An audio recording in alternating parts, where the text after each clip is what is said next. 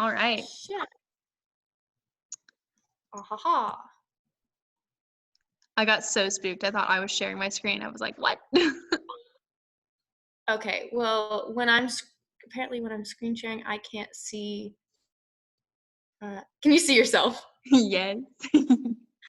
Apparently I can't see anything that's going on in the actual thing. So you'll just have to be my eyes on this. So y'all can see what I'm putting, right?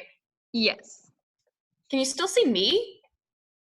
No, your like camera has gone to like your profile picture. Okay, whatever. That's fine. I don't care. Same.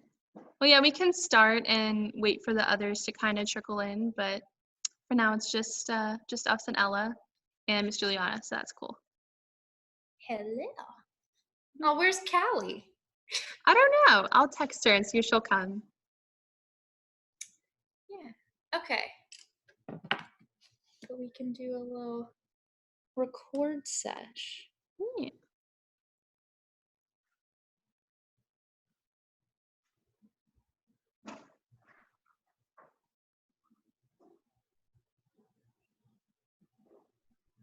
Whenever you're ready, boo-boo. Oh, me? I'm starting? Okay. Yes. Yeah. All right. So for this class, Sarah and I, we made this PowerPoint before. We were camp counselors at a feeder camp. And this is just a bunch of like information about the audition process, like where to find auditions, where do you look for that, what do you need to bring in, and just like a bunch of tools in order to like have you ooh, I'm echoing. Just a bunch of tools in order to give you the best audition possible. So we made this PowerPoint to help you guys out. So if you would like to move on to the next slide, Sarah. Yeah. So first things first, before your audition. So scheduling or finding an audition, whether for college or community, you want to make sure that you have you as the actor have all of the necessary tools to find an audition. So whether that's a group chat on Facebook, like at least I know when I was doing community theater back here in Lafayette, we had a group chat called audition notices, and we had like all things auditions, whether that's film, theater, like commercials, things like that.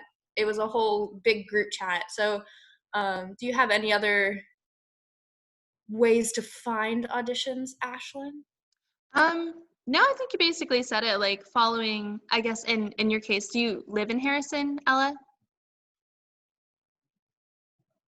I do live in Harrison. I live right outside, but I do live in Harrison. Awesome. Well, following like the lyric on Facebook or something, or like talking to your friends and just being kind of in the know of when things are going to happen and being ready. So like the dates don't sneak up on you, because the way to have a good audition is to know well in advance, like when it's going to be and where it's going to be. And Callie is joining us. Cool. Yay! Okay, so next things next. You want to make sure you're doing the research for the production you're auditioning for. So say you're auditioning for like Annie, you don't want to have, I'm gonna click the next one because I already know what it is. You want to have some knowledge of the show you're auditioning for, because that way you can make your best informed audition.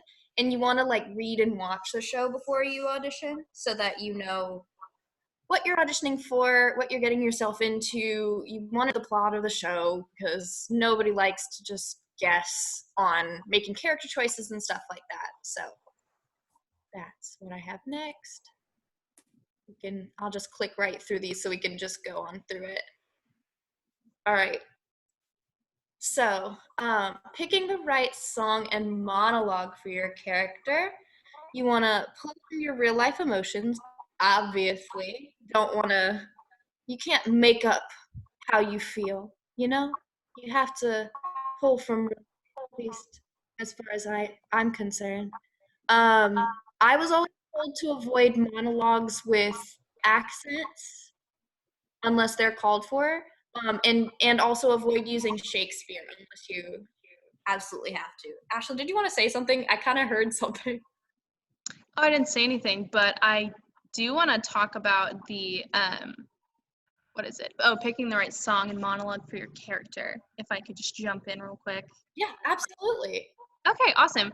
So you used the analogy of like Annie earlier, which is, oh, hi, Brinkley, which is right in like Ella and Brinkley's kind of age group. So songs that would be appropriate for that, like picking songs that are also sung by characters who are around that age rather than like singing a really fun song, but maybe it's sung by a character who's like 40 and like a mom, like So Big, So Small, and Dear Evan Hansen. It's a really, really pretty song.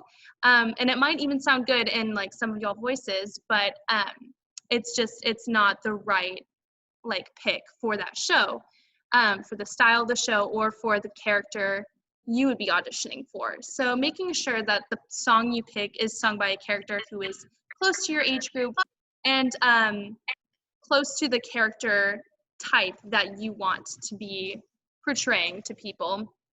Oh, hold on, somebody else is coming. And yeah, and that goes for monologues as well, not picking something that is performed by like someone who's way older or way younger, just picking something that matches really well. Yeah. And yeah, I was told to avoid monologues with accents. Okay, next thing. So when you're preparing an audition, if you're going for a lead or a part that has a lot of depth, you want to get a lot of variety a lot of contrast in your song and monologue. So say you're going for what's a good example? Give me a show, Ashlynn.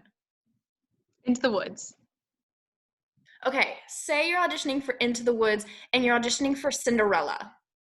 You want to pick a song that sounds kind of like something similar to On the Steps of the Palace, but you want to pick a monologue that maybe has vibes of like, when she's singing, name of the song, shoot, No One Is Alone. Like you want to pick something that shows that you have contrast in your acting and singing abilities. That's what it is. Goodness, that was hard to get out. And then obviously, okay, so then we talked about picking songs that are appropriate for you and monologues that are appropriate for you as well. And we'll talk a little bit more about that later. I know we have that on another slide. Oh, and then the last thing on this slide is picking a song from the show. Now, if you're just going to any rinky-dink audition, this is a big no-no. Doing a like if you're auditioning for Annie, singing Tomorrow would probably not be your best choice. You want to pick something that's similar but not from the show. However, there are occasions when your theater may want you to sing a song from the show. Like, for example, I auditioned for Legally Blonde at one of my local community theaters, and they wanted everyone to sing the song for the part that they were auditioning for. So if you're auditioning for Paulette, you sing Ireland. If you're singing for Elle, you sing So Much Better, like that kind of thing. So some people want it, some people don't. It's always good to do your research to see what they're looking for and make sure you're reading the audition information for the show before you go and just audition. You want to be well prepared. Okay, Ashlynn, you can start with the preparing for audition. Oh, wow, what a nice segue. Okay. Okay. So this kind of goes along with, I think the first thing we said was like knowing where auditions and like how to find them. So once you find an audition, you want to be prepared way in advance. You don't want to be like, oh, there's this audition happening tomorrow. Guess I'll just walk in, because you really want to put your best foot forward. So if you find an audition and it's a couple weeks away, you want to do your research on the show. So definitely be like, okay, what kind of show is this? What part would I be good for? And then look up material that is similar to that. Like, again, if you're going for Annie, it'd be like, okay, what are some musicals that are similar to Annie? Who are some characters that are similar to Annie? And what are some songs that I know that could like showcase that I could play that character?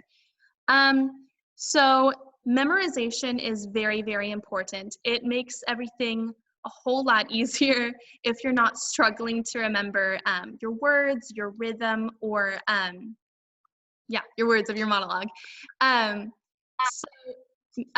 Memorization is, and like preparation is the biggest and like the most key way to being comfortable and getting rid of those nerves for an audition. Because if you're prepared and you know that you got this, it's so much easier to be confident, which is really important. And we'll talk about confidence a lot later.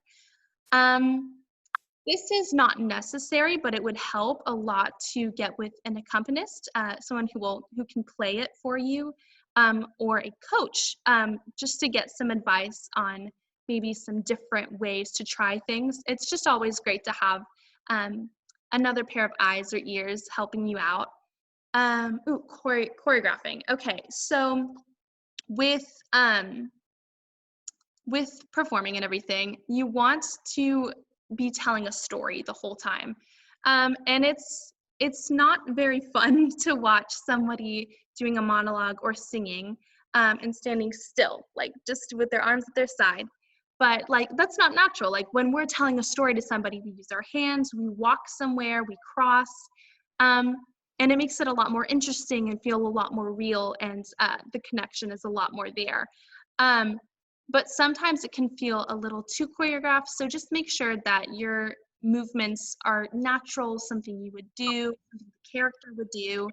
And yeah, what is this? Oh, make sure your audition has a beginning, middle, and an end. This also... Can I interject? Do what? Can I interject? Oh, for sure, yeah. I was just going. Yeah, for the choreograph thing. So, quick little story. I used to do like competitions as a singer, and I would do the musical theater category and do like songs like I did "Don't Rain on My Parade," which was a nightmare, but other stuff like that.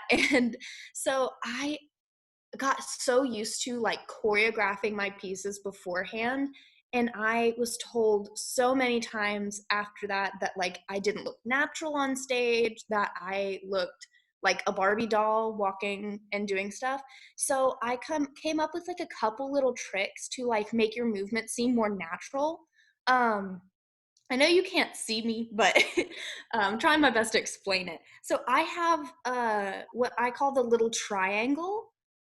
So your first point is like center stage, like where you start your audition and doing everything. Then you walk to the right, then to the left, then back to your center stage spot in the most natural way possible. And I know this is like really basic, like everybody does that, but it just looks so good. If you can make it look really natural and have purpose in walking, it just looks so good because you're moving and doing different stuff. Because like she said, nobody likes to watch someone just stand still.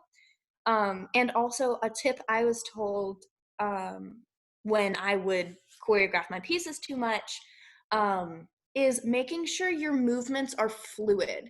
So if you go to like raise your arm in part of the song, you don't want to immediately just let it flop. You want it to go somewhere. Like have your hands move in a way that is natural and fluid and not just slap at your side kind of thing.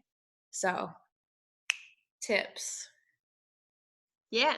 Okay. That was really good. Kind of bouncing off of that, having a beginning, middle, and an end to your audition, that does go along with your movements, like making sure it does go somewhere. And that goes also with what Sarah was saying earlier about contrast and showing the casting directors that you have lots of depth or versatility and can do lots of things. Because if you just stay angry for a whole monologue, or you look really, really happy for a whole song, like it could be a happy song, but it's a lot more interesting to watch somebody go, oh, I'm excited, but also I'm a little nervous, but also like going to maybe like sad, and just having some range and also planning that out before you go, because it's another thing of being prepared way in advance. This is weird, but like the more you plan it out and you're sure of what you're going to do, it does look more natural and more polished.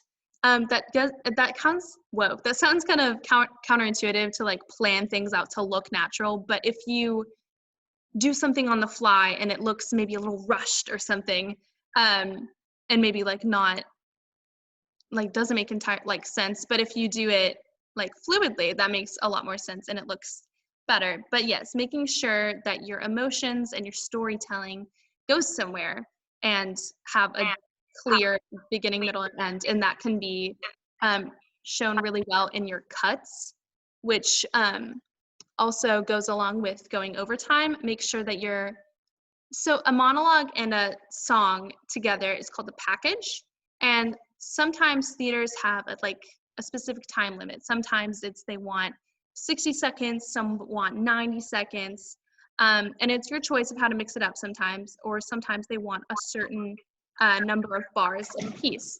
But choosing a good cut is really important, because if you start in a place that doesn't really make sense, your audition doesn't really go anywhere. And the main thing about performing is you're telling a story and trying to get the audience to feel something. So choosing a good cut that has a beginning, middle, and an end and stays within the time is really important, because and it's just important to respect the director's time, because they're giving you their time. So going over is not the move. But yeah, make sure to time it before you go. 20-minute audition. But yeah, because if you go over time, the director might stop you, and they do have that right. But it's just so much nicer to have an audition that ends on time. You get to say thank you, you get to walk out. It's just a lot less awkward than them having to stop you, and you'd be like, oh, thanks. It's just nice to have a clean ending. But yeah. All right, how to dress. Okay, I auditioned for a professional theater company, and let me tell you, there was a lot of things that we had to make sure that we did for our audition process, and dressing was I don't know why, the most harped upon and important one. So I'll try and be brief. But make sure your shoes are comfortable and you practice in them. So if you're gonna wear 10-inch heels, plan your outfit beforehand. If you're gonna wear those 10-inch heels, you better know how to walk in them, and you better practice walking in them and doing your monologue, because you don't want to perfectly choreograph your monologue and then you put on your shoes and you can't walk, you can't move in them at all, and you stumble, because that's not cute. We don't like to watch that. Wear appropriate length clothing. No hoochie mama skirts. No ma'am. I always go for fingertip length or longer. I usually do longer, but if you have to question if it's too short, it's too short. If your mama says it's too short, don't give her attitude, go change. That's just how it goes. All right, fitted clothing. Okay, so when you're auditioning for a specific role, you want to make sure, hang on, my dog is barking. When you're auditioning for a specific role, you want to make sure that your clothing kind of matches the role in a way, but you also want to make sure that your clothes are somewhat form-fitting, that they show off your curves, ladies, because the director wants to see your body, really. They want to see how you look, especially if they're looking for a specific look for that character. They want to know that you fit the shape. Unfortunately, that's just how it goes in this world. Color coordination. Okay, so this one's kind of this is more for a professional setting, at least for me. I take it that way. If you're going to a place where people don't know you, you want to wear the same thing same colors for all of your auditions. So if you're wearing a blue dress for your audition, you wear a blue outfit for callbacks and stuff like that. That's just more what that is. Also making sure your clothes match and don't look ugly, but I doubt that happens. Something that'll stand out. You don't want to look just like every other person. You want to wear something that speaks you, as well as like if you're going for a specific character, something that's similar to the character. No black. A lot of times when you're auditioning, at least for me, it's always been in like a black box or just on a blank stage without a set or anything. So you don't want to blend into your background. That's more what the black is for. So like you can obviously wear black shoes, but don't go head to toe in black because you'll wash out. Jewelry, always minimal jewelry. I always say it's better not to wear like the bangly bracelets and over accessorize for auditions because it distracts from your actual performance. Okay, and then Ashlynn, you can talk about what to bring. Okay. Oh, I just wanted to interject a quick thing about the appropriate length thing. Like wearing a longer dress and like kind of avoiding the shorter ones is not about like making anybody feel bad or anything like that. It's about if you're worried about maybe, oh no, is my skirt gonna fly up if you have somewhere where you like turn around really fast. If you're worried about that, it could take away from your performance, or if it's gonna distract the directors and being like, oh no, is her skirt okay? Like is everything gonna be okay? If they're thinking about that, they're not as focused on you and your abilities in your audition. So that's more why that is. Yeah, okay, so what to bring? So, all right, we already talked about what a package is. And yeah, it's just your monologue and your song, and it is concise, it's short, it goes together well, and it's contrasting. Like, the song can show off how you can really like get soft and really emotional and sad, and then the monologue can show I can be funny sometimes too, you know. Resume. At this point, I don't know if y'all like have or need to formulate resumes and everything, but just in case, resumes are basically just listing, hi, this is my name. This is what I've done. So I played, Maisie in Seussical the Musical at Eureka Springs High School. So you put the character you were, the show, and the place you did it at. So like it could be school, it could be a community theater, it could be professional, anything like that. And you put your most recent thing first. So like things that you did maybe when you were like 6 aren't the most relevant now. So like the people don't need to know more about that, you know, like, hey, like last month I was in this show. So that's what you want to put at the top. And you want to put the good things, like the things that you're really proud of up there. And you can also put your skills. Like if I think somebody was a gymnast, I can't remember which one. Was that one of you guys? Yeah. Also, to interject just a little bit, we're going to be talking about resumes and headshots in greater detail next week for our resumes class. So if you want to learn more about resumes and headshots and what make them good and how to print them and stuff like that, come check out our class next week. So okay, yeah, my bad. Okay, basically resumes are just letting the directors know what you've done. But yeah, you want to bring that. You want to bring a picture of your face so they know who you are when they look back later.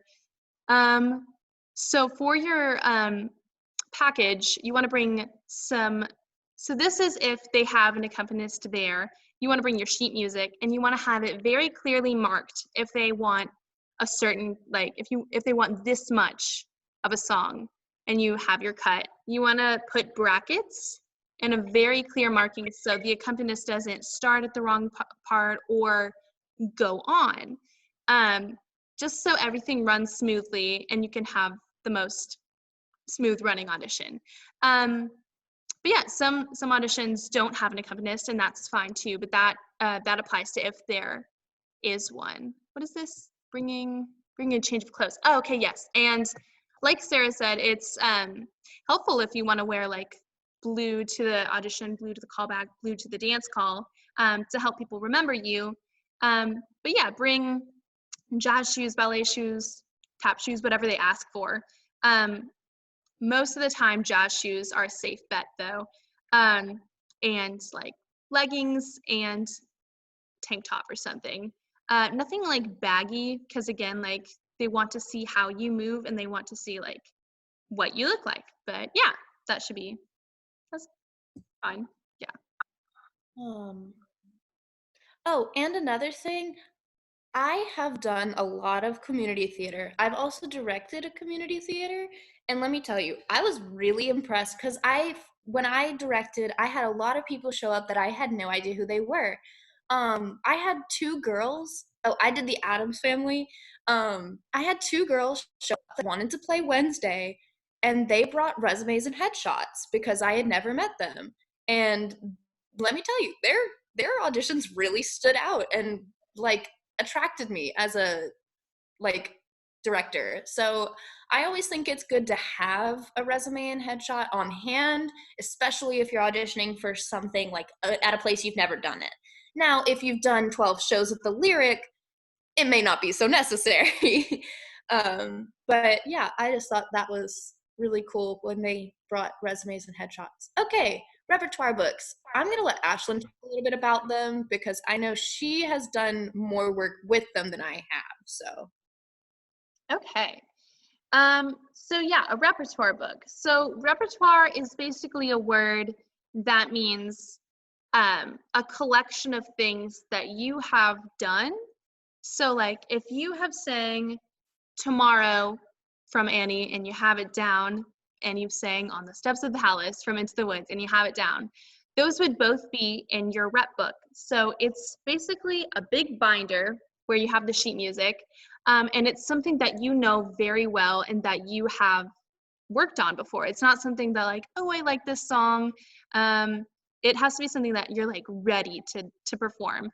And yeah, and again with contrast, like having the happy comedic songs or having like ballads, just showing that you're like all the things that you're capable of, and you want your songs in your rep to show off your voice to the best of your abilities and show like the best parts of you. So it's really important to pick songs again that are characters that you could realistically play, like not okay, so like Mama Rose from Gypsy. She's like 50 years old. She has some bops in the show, but I'm 19 and I probably don't know what it's like to be, well, no, I definitely don't know what it's like to be a 50-year-old woman. And I probably shouldn't sing something like that because I don't really understand like the experiences of being a mom. And same thing with like cultures that we're not a part of. So like Almost There from, oh, what is it? Princess and the Frog is a really good song. It's really pretty, but it's about a struggle and a culture that I don't understand. So would not sing that song. Does that make sense? Sarah, do you want to say anything about that particular aspect?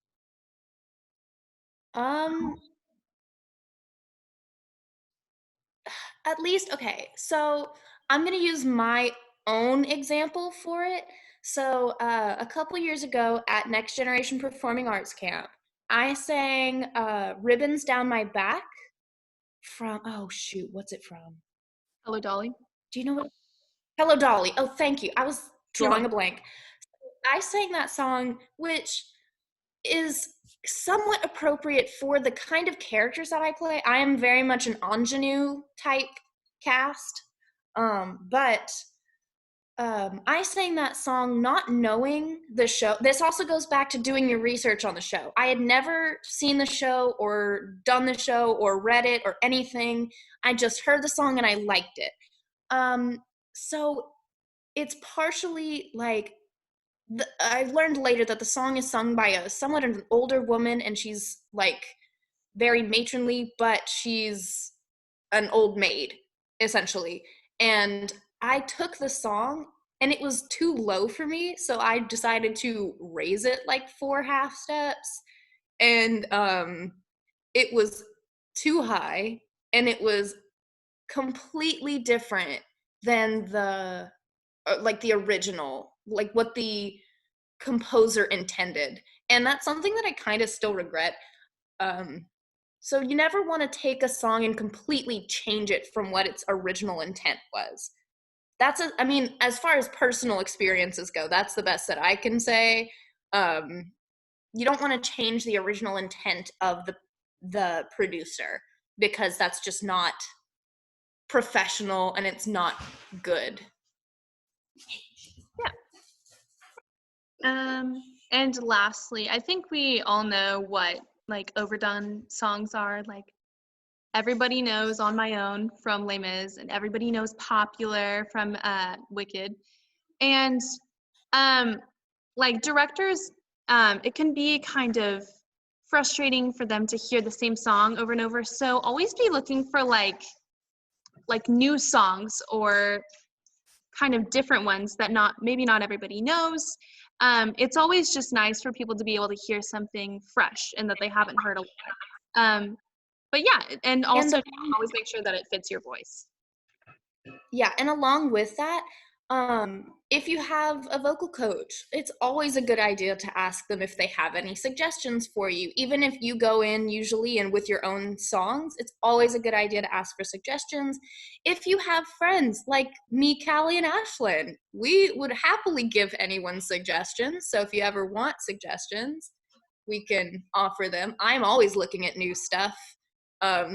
They're always looking at new stuff because it's part of their curriculum, like for school. So, always ask for, if you want new songs, it's always better to do stuff that no one knows, at least in my opinion. Oh, another reason for that is because everybody knows it, because everyone knows how the original person has performed it. So like everybody knows what Defying Gravity sounds like. And if your voice doesn't really sound like Idina Menzel's in the original, or you do something really different and like change the riff at the end or something, like people, or you can't belt it, and you like, I don't know, people who know songs really well, and then when you sing it doesn't sound, I don't know, there's just such a high standard for things that everybody knows. But for something that's completely new, they don't know what it's supposed to sound like. So it also kind of protects you as well. Okay. I feel like we're going to run out of time soon, so Sure. we'll try and get this up. All right, I'll try and kind of breeze through this one. Okay, so it's important to act kind and courteous to people in the waiting area and around other auditioners. I feel like that's self-explanatory, but at the same time, can't tell you how many times I've walked into an audition room and I get like a side eye for no reason. So it's always nice to be kind, talk to people, make connections. That's what theater's for. Okay. When you're walking into the audition room, always smile, not like obnoxiously, but you want to look presentable and kind. Be friendly with the casting directors, tell them hello, they're people too, and they've probably been there all day watching people sing, so you want to be really nice. If you have an accompanist, there are specific ways to talk to them. You don't want to snap your tempo when you're putting your song. So like if you're singing Tomorrow from Annie, you don't want to snap it at them. You want to just sing a little bit, maybe pat your leg. It's more respectful. And make sure to thank them because their job is harder than anything you could imagine. Always make sure your music's in the right key and clearly marked. We talked a little bit about that. And it's always good to write the name of the song if it's not on your audition cut, just so they know what song they're playing, because they might not always know. But I can guarantee you they've played like every song in the book. So, and then this one is for being comfortable, at least for me.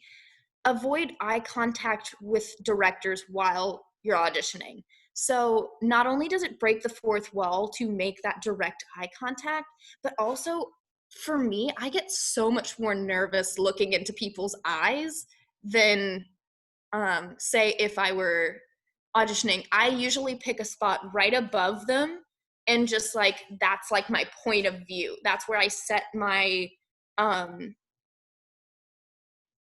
what's the word I'm looking for?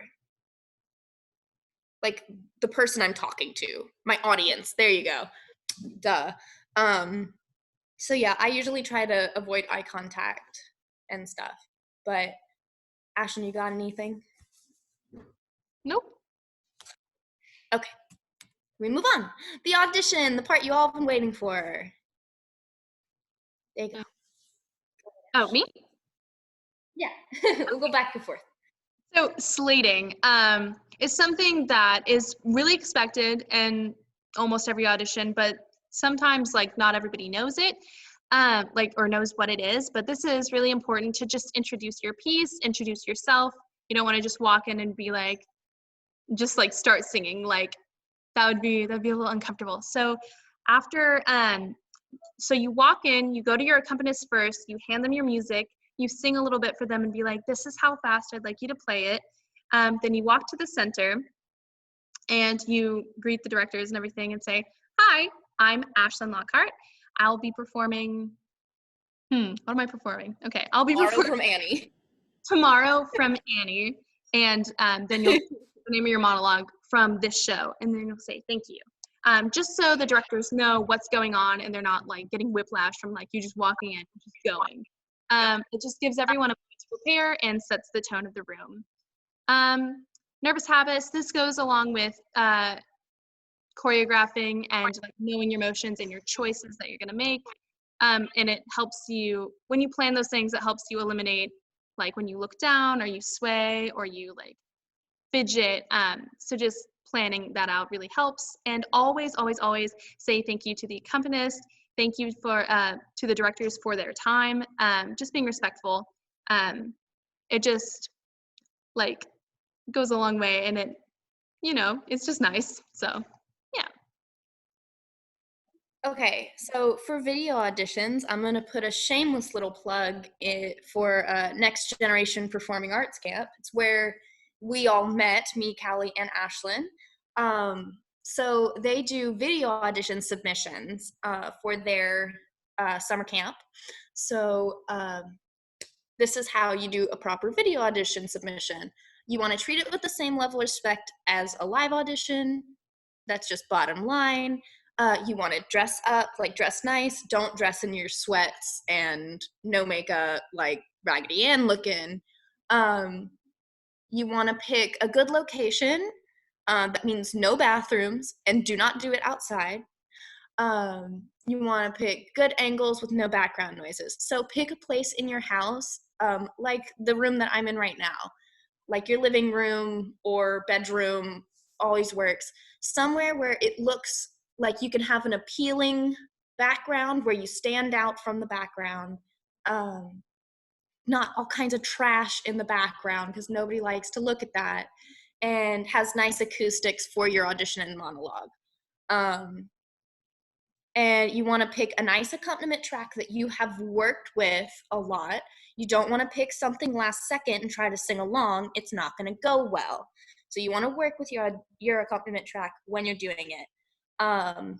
Oh, and we didn't put this on here, but it's usually nice to have someone else record you if you can't have, or at least someone else to click the record button and have it standing somewhere about like neck height, so it looks like you're talking to a person.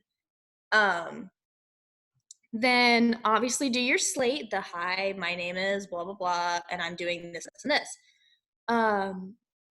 Then make sure to follow the theater's instructions on how to upload it properly.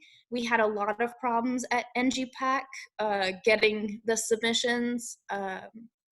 Usually it's best to do like a kind of Dropbox link or downloading it to an MP4, but that's something you should ask the theater about, especially if you have questions.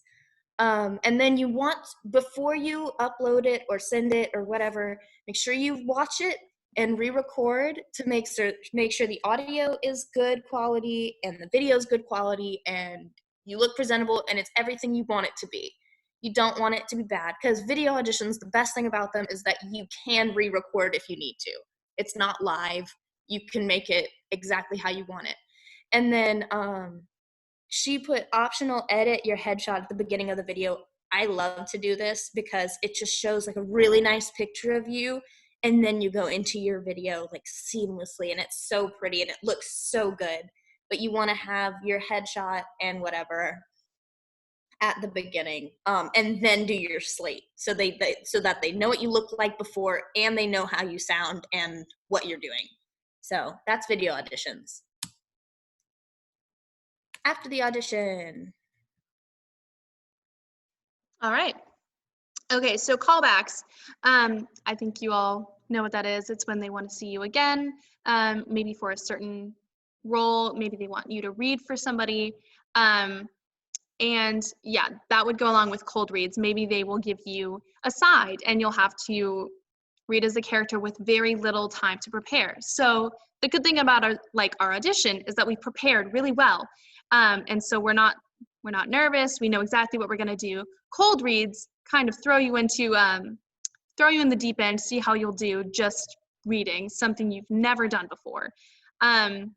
So a lot of people are very nervous when they're reading, and they'll speed up. Like, that's a really nervous tick. Make sure you are going slowly, clearly, taking appropriate pauses, and like sounding normal, and sounding the way that you want to communicate. So like when somebody talks really fast, that means they're nervous, but if your character's not nervous, talking fast would kind of not make sense. But yeah, just be calm, be cool. And yeah, dance calls, we already talked about bringing some appropriate clothing. And if you are really comfortable being in the front, that's always nice, being visible. Don't hide in the back. It doesn't really do anyone any favors, even if you are scared or not the most confident about your dance abilities. Being in the middle might be the best choice. That's what I do. I'm in like the second or third in dance calls. So you have somebody to look at, but also you're not hiding, so they can still see you. Can I interject? So I am a horrible dancer, and I have been to many a dance call, and all you can do is show up and do your best. If you smile, if you sell it, that's the best you can do, because I don't know about you, but I can't dance. So when I go to a dance call, I just try my darndest to look cute, because that's the best you can do. Yes, so when there are things that you do know how to do, really make them pop. Like if you can do a really high kick and point your leg really nicely, but that's like the only thing, make sure that looks great, and smile. And just make your movements really like sharp. Don't do like not as confident. Even if you don't know what you're doing, pretend that you do and make it really big. Yeah, okay, rejection. So a lot of people know that it's going to take like hundreds of no's to get to that one yes, or those few yeses. And that's okay. It doesn't mean that you aren't talented, that you aren't good enough or anything. It just means that something is not the right time. You are not exactly what the director is looking for, and that is not your fault. You could have done the best audition ever, and it just wasn't necessarily what they were looking for this specific character, and that's okay, because you will definitely be right for something else. And yeah, just keeping your confidence and your morale up after that happens is super important, because you're doing what you love, and it's okay. And after an audition and having that happen, it's just one more experience that you get to learn from. So that's really good. What is this? Being someone who gets put in ensemble is always a great thing. Yeah. Okay. So some people don't necessarily like being an ensemble, or they think it's, oh, I'm not good enough to be a lead. That is definitely not the case. Ensemble characters are always the greatest dancers. They are so necessary, so vital to the show. And they're on stage a lot. sometimes more than like principal or supporting characters, because they are carrying the show. They are so important. Oh yeah. For example, like being cast as in The Music Man. I love The Music Man. It's my favorite show. Being cast as the River City character was so much more fun than being anybody else. Like you get to do all kinds of crazy stuff and have so much fun and dance and sing, and I would never take being put in the ensemble for granted. It's so good. Mm-hmm. And yeah, a really important thing about staying positive is making sure that even if you are rejected or anything, keeping a good attitude for yourself and knowing that you are like doing the best you can, and also keeping a positive attitude toward those who did do well and did have a success. Being bitter is just not the move, and this is a really important like part of this community is that we support each other. So be happy for your friends, say congratulations, say you deserve it and all that. Because yeah, having Not only that, do what? not sorry. The delay on this thing is really weird. So like I hear pauses and I'm like ready to interject. But Okay. not only that, that you support your friends and do all of that. If you are bitter to some girl that you don't know that got the lead over you, everyone's gonna hear about it. Everybody. I promise. So just be kind. Don't say anything negative. Keep it to yourself. Write it in your diary if it makes you feel bad. If that makes you feel better, just don't let anyone know that you feel that kind of way. It always gets back to you and it looks really bad on your part. So, Yeah, you want to be known as an encouraging. personal experience. Oh, what? I missed something. I said speaking from personal experience. So, You want to be known as an encourager, not somebody who tears somebody down, because how you work with others is really important. And if they hear that you are talking really negatively about other people and being like a negative influence, they might not want to work with you again. So it's just really important to have that good energy and that good attitude. All right. Was that it? all right. That was it. Any questions? Sorry, that was a little longer than we thought. Whoops. Oh yeah, that took a while. But Yeah. okie doke. Awesome. Okay, I'm going to stop recording. I don't know how this